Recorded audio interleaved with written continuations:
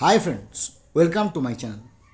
বিভিন্ন মিডিয়া বিভিন্ন চ্যানেল বলছে যে শিক্ষক শিক্ষিকা, পঞ্চায়েত কিংবা মিউনিসিপ্যালিটি কিংবা জেলা পরিষদ বা আদার যে গভর্নমেন্ট স্টাফ যাদের গ্র্যান্ডিনের থেকে বেতন হয়, ওয়েস্ট বেঙ্গলের ট্রেজারি থেকে বেতন হয়, তারা বোধহয় এই ডিএ পাবেন না। ডিএ পাবেন শুধুমাত্র যারা ফুল গভর্নমেন্ট এমপ্লয়িজ।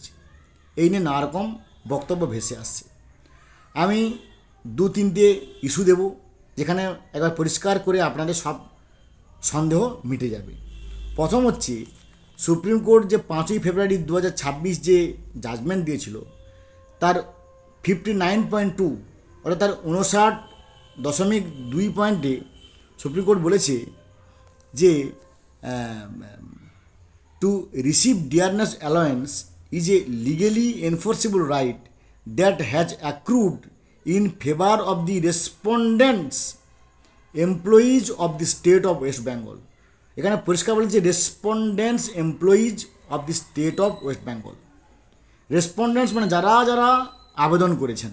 জানি এখানে confederation of state government employees ছিল, ইউনিটি ফোরাম ছিল, কর্মচারী পরিষদ ছিল এবং ছিল ইমপ্লিটমেন্ট নোটিশ দিয়ে ইমপ্লিটমেন্ট আবেদন করে সংগ্রাম যৌথ মঞ্চ। সুতরাং রেসপন্ডেন্ট এমপ্লয়িজ মানে সমস্ত স্টাফকেই বোঝাচ্ছি। একেবারে ক্লিয়ার হয়ে গেল। দ্বিতীয় হচ্ছে 59.4, এই 59 পয়েন্টের 4 নম্বর পয়েন্টে কী বলছে?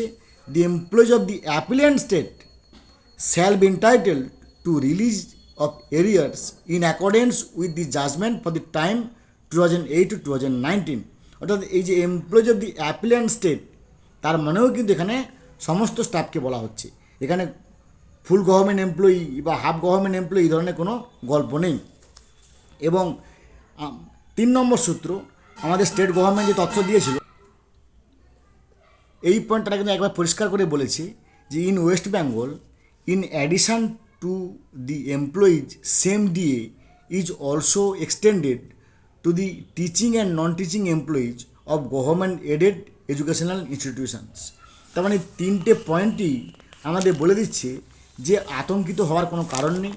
এই ডিএ শিক্ষক শিক্ষিকা, পঞ্চায়েত, পুরসভা, মিউনিসিপ্যালিটি, জেলা পরিষদ, যাদের যাদের বেতন গ্র্যান্টিনের থেকে হয়, যাদের বেতন গভর্নমেন্ট ট্রেজারি থেকে হয়, তারা সবাই এই ডিএ পাওয়ার হকদার। এখন আমাদেরকে তার জন্য we have to wait until 15 April, 15ই এপ্রিল 2026 পর্যন্ত আমাদের অপেক্ষা করতে হবে। কারণ 15ই এপ্রিল 2026 প্রথম কমপ্লায়েন্স রিপোর্ট জমা পড়বে। যেই কমপ্লায়েন্স রিপোর্ট ইন্দু মালহোত্রা স্যার, মাফ করবেন, ইন্দু মালহোত্রা ম্যাডামের যে 6ই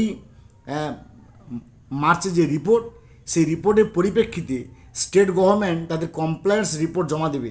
অর্থাৎ সেই কমপ্লায়েন্স রিপোর্ট তারা দিয়েছি কি দেয়নি, তারা সেই তথ্য জমা দেবে। সেই কমপ্লায়েন্স রিপোর্ট জমা দিলে সেখানেই আমরা পরিষ্কার বুঝতে পারবো যে কতজনের সেখানে ডিএ ব্যাপারটা কাদের জন্য ইস্যু করা হচ্ছে। তাই আমাদেরকে 15ই এপ্রিল পর্যন্ত অবশ্যই এই বিষয়ে অপেক্ষা করতে হবে।